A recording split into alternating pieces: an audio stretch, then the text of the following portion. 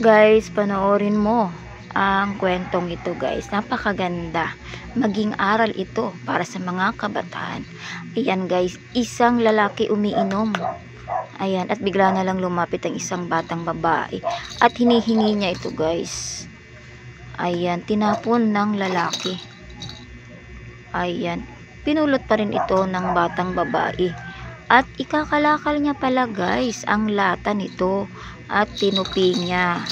Ayan, nag-iipon kasi siya ng mga lata, bote, plastic. Kasi nga ibebenta niya ito pambili ng pagkain. Ayan. At napansin na lang niya guys ang wallet. Ayan, wallet ng lalaki na iwan.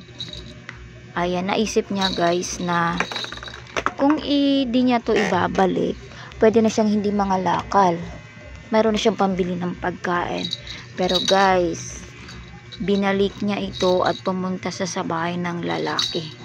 Hindi pala siya nakakapagsalita, kaya sininyasan niya ito at inabot na lang ang wallet. Sobrang tuwa ng lalaki guys kasi walang labis, walang kulang.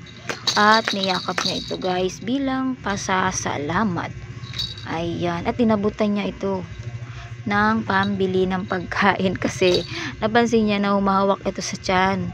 Gutom na ang batang babae. Ayan guys, ayan, labis na natuwa ang batang babae at ito ay lumuhod para magpasalamat.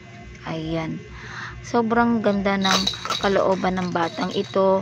Kahit ganyan lang yung kanyang trabaho, nagbabasura, nangangalakal. Ayan, sobrang ganda. Kaya guys, thank you for watching. Sana maging aral ito sa mga kabataan. God luck and God bless.